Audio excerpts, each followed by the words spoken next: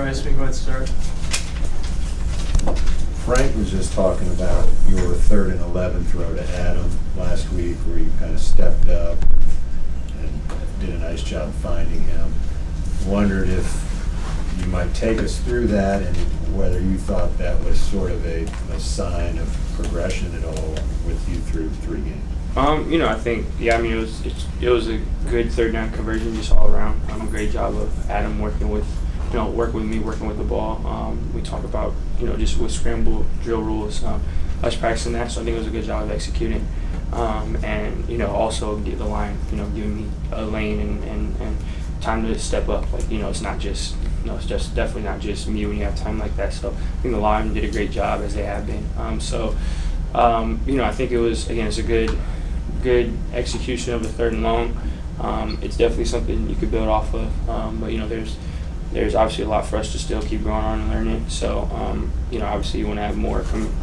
Anytime there's a conversion, there's good that comes with it, and then stuff to clean up. So, I think it's something we can build off of. But there's a ton of plays. We all have a bunch of plays. So, you try to not take too much or too little from each play. Bryce, what have you learned about the NFL in your first month in the league?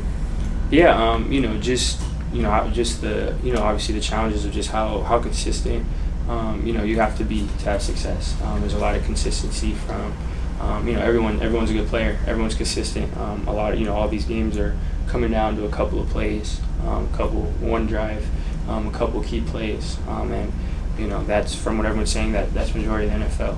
And I've been able to experience it. So just being able to value each rep, understanding that you're never going to be perfect, but you got to do everything you can to try to take advantage of all the opportunities you get because they can be limited. So just trying to hone in on my process individually, us as a team, so that we can be consistent, and it comes down to those little things. So for us, just trying to strain to get better at those little things. Bryce, I know you and C.J. Stroud have known each other for years. Are you heartened by his success? Yeah, it's been really fun just to watch him as a fan of his game, and being able to watch him have success means a lot. I'm close with him. He's a great person, great person on and off the field, and being able to watch him have success, it's really fun to root him on. So it's been really cool to watch him have the success he's had, watch all the positive stuff he's been able to put on tape, and all the good things he's been doing. So it's really great to see. Does it make you hungry to have your own so you can one up him? For me, I'm big on kind of running my own race. We're all kind of super supportive of each other within just all with him. He say the same thing. We're all just supportive and want to see each other shine, and I have to focus on myself, and trying to be better and improving, and to do that, I have to put energy in myself, and I have to earn that right. But at the same time, I'm always rooting for him. It's great to see, but I just try to run my own race for whatever reason's going on. I try to control what I can control, so kind of just focus on that.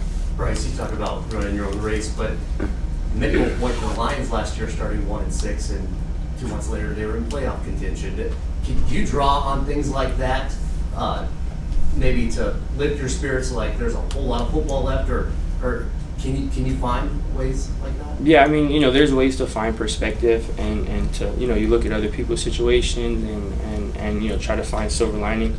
But at the end of the day, when you talk about the Lions, they had to do the work to turn things around, and they put in the work to change, and it's obviously been on a great stretch since that start last year. But it wasn't us just seeing that and saying, oh, it's possible, isn't gonna allow us to do that. It's cool to have perspective, and but at the same time, we have to put in the work to earn that. It doesn't just come because it could happen. So again, you try to find a silver lining, and it can be, you think about it for a second for positivity, but at the end of the day, it boils down to, what we do to put ourselves in situations, how do we execute, how do we work throughout the week. So I think really more of our energy just goes into that process. Bryce, you knew this would be an adjustment and a process and all that sort of stuff. How do you stay patient when the results haven't maybe come as early as you might have hoped? Yeah, I think you just try to take it one play at a time. You have to, for me, I'm, especially, where we're at and everything, we have to have urgency, and, we have to try to control and play one play at a time, and you know, whatever big picture may be, you know, it will be what it is. But you know, for me, I'm, you know, doing what I can to make sure that I'm in the moment, and you know, honestly, I'm not really thinking about, you know, I don't think it'd be fair to anyone to think, well, you know, we'll just, whatever happens this week, because maybe there's a week down the line, you know, we don't, you know, we have to earn the right to you know, to win games, earn the right to be successful, and we have to give our all to right now. And you know, I think over time things will play out the way that they're supposed to, but you know, we have to balance, you know, being urgent and making sure we can do everything for today in practice and this week, but at the same time, regardless of the results, being able to compartmentalize that, understand what can happen, and then again, take whatever the result may be and find a way to grow from it. So I think it's just finding that balance of you know, still having urgency and making sure that, you know, we're trying to fix things, you know, trying to fix things now, trying to fix things means trying to be better every single day, and then through the ups and downs, there's always going to be those. Just making sure that we're able to have that balance to stay consistent and be in a good headspace to do so.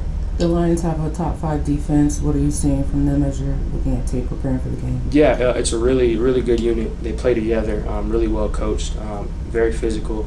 You could tell they care a lot. They communicate well. You know, they're very, very sound in what they do. So I think it's going to be a good challenge for us. Like you said, they're an elite defense, and you know, for us to test ourselves and for us to have the success we want to have, you know, we have to earn that right throughout practice to have that.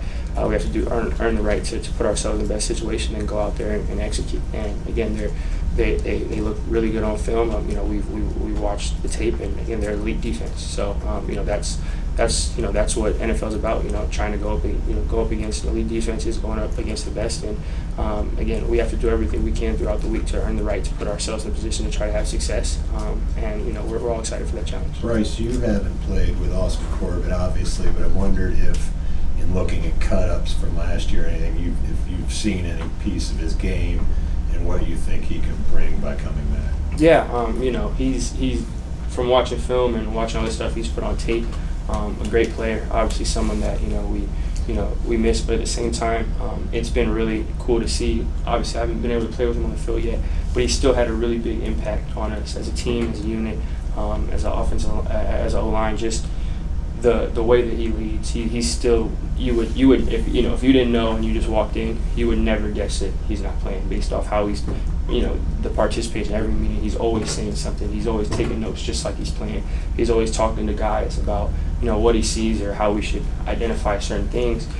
So I think it's been really cool to see his preparation, his approach when he's in, you know, obviously he hasn't played yet, and you know, he still has that approach and that leadership. So on the field and just, you know, what he brings on in all phases to us as a team, you know, we're all really excited for that. Bryce, How much freedom are you given at the line to change the play, and how do you feel about the pre-snap decisions you've been making so far? Yeah, you know, I'm grateful to be able to be with this staff to where it's a collaboration and there's not egos, and you know, we talk about things, and you know, they give me the freedom to do whatever, you know, needs to happen at the line of scrimmage. And you know, with that, I make sure that still we're having conversations about what's going to happen. You know, it's not obviously just freestyling. We talk about certain things, we talk about answers or certain things. So yeah, I have the freedom, but it's a collaboration. You know, we talk about it, we understand what we want.